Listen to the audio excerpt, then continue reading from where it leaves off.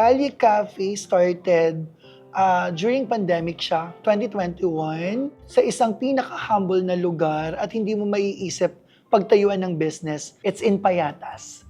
Nung una, the plan is maglagay lang kami sa likod ng kotse. Kaya siya Kali Cafe, parang nasa isang street. Before pa naman ako nagtayo ng coffee shop, meron akong food kiosk sa Manila. So, doon nagsimula ang lahat na parang mindset ko na, okay, parang sa tingin ko naman, I'm meant for a business. Hanggang dumating yung pandemic, nagkataon, nasa Brazil ako, kaya lang, nung nandoon na ako ng almost a month, so everything nag-close. It's just so happened, parang merong isang Filipino restaurant doon na may cafe.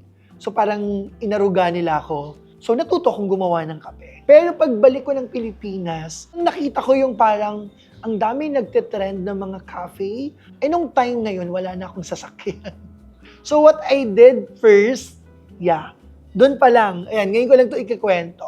Even yung una kong loan sa kotse after or during the pandemic, sa BPI ko din kinuha. Doon pa lang, si BPI na agad yung isang tumulong sa akin. 3 taon ako nag-service crew. Ako kasi may realization ako nung time na yun na parang kailangan ko mag-grow.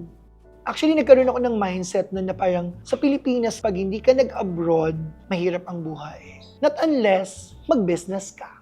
After ko mag-service crew, I started the Japanese cake na. Yun na, tumagal siya for almost 8 years. Doon ko na-realize lalo na siguro ito talaga yung gusto kong gawin sa buhay.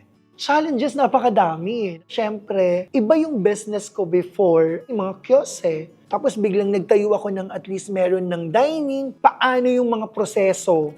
Sobrang daming challenges, sobrang daming struggle. Financially, of course. Tapos kung paano mo maiko-continue yung business. So when I started that kasi, mostly yung mga parokyano namin doon, kasi nasa highway yung una naming pwesto.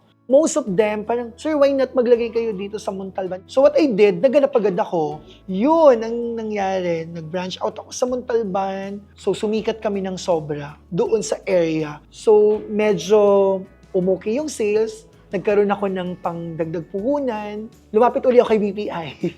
Pumunta ako ng Manila. Doon ko na-open yung Dapitan branch. And yun, nagkaroon kami sa FEU, nagkaroon uli kami sa UST Espanya, ito sa may top, katabi ng Lasal. Tapos ayan, ngayon meron na kami sa Tagaytay. I think panahon na talaga to avail the ka-negosyo kasi I'm expanding and syempre bilang hindi naman malaking negosyante, kailangan mo ng tulong ng finance and the BPI helps me. Etong Kali Cafe kasi ang ino-offer namin, of course, nagsiserve kami ng mga coffee, ng mga pasta, mga sandwiches, the pastries, and nakaka-proud na kami mismo yung gumagawa ng lahat ng mga pastries.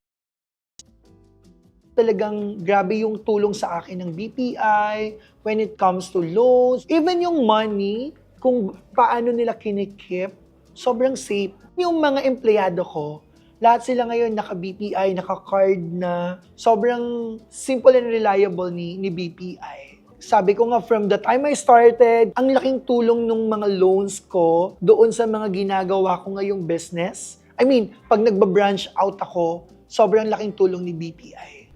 I think it's ka-negosyo. Grabe yon. Kasi parang nung binabanggit sa akin, sir, sa ganito ka namin matutulungan since eto ka part ka ng ganitong business. Sabi ko, sige ma'am, kasi eto yung plano ko sa business. Sobrang laking tulong nun.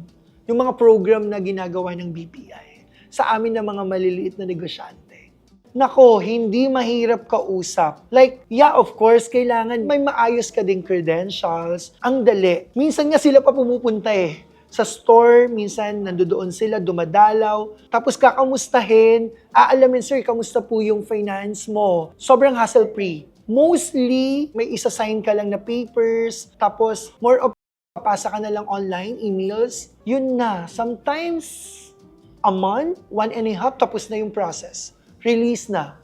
And at the same time, yung pagde-develop mismo ng mismong branch na nag-exist na, even the machineries we're using, syempre pag nagbigay sila ng additional na capital, doon namin ginagamit. The plan for the Kali Cafe, hopefully this year, makakapag-open kami sa SM North. Pero this year, I'm planning na magkaroon ng 3 to 5 more branches.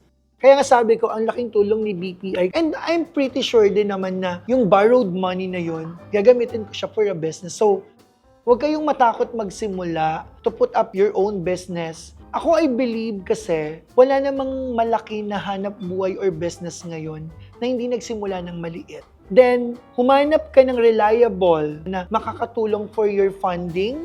I think BPI helps me a lot. Isa yun sa naging katuwang ko kung nasaan ngayon ang Kali Cafe. Siyempre, kapag nakatulong sa'yo, hindi mo ba i-recommend to others para sila din mismo matulungan mismo nung nakatulong sa'yo? Ngayon, ang isa sa parang nilulook forward ko, madami akong maengganyo ng mga tao. Even may mga employees, sabi ko, mag-dream kayo kung gusto mong mas guminhawa yung buhay mo, go into a business, subukan mo. If hindi, at least you tried. Ayun yung pinaka-importante sa akin. So parang ang laking magiging effect sa akin kapag meron akong employee na nakita na naging successful din siya at ipagmamalaki niya na naging part siya ng Kali Cafe at kung sino siya ngayon. Dapat kasi makita mo yung value, kung ano yung value mo dito sa ginagawa or dito sa business na to. Ano ba yung track mo sa buhay?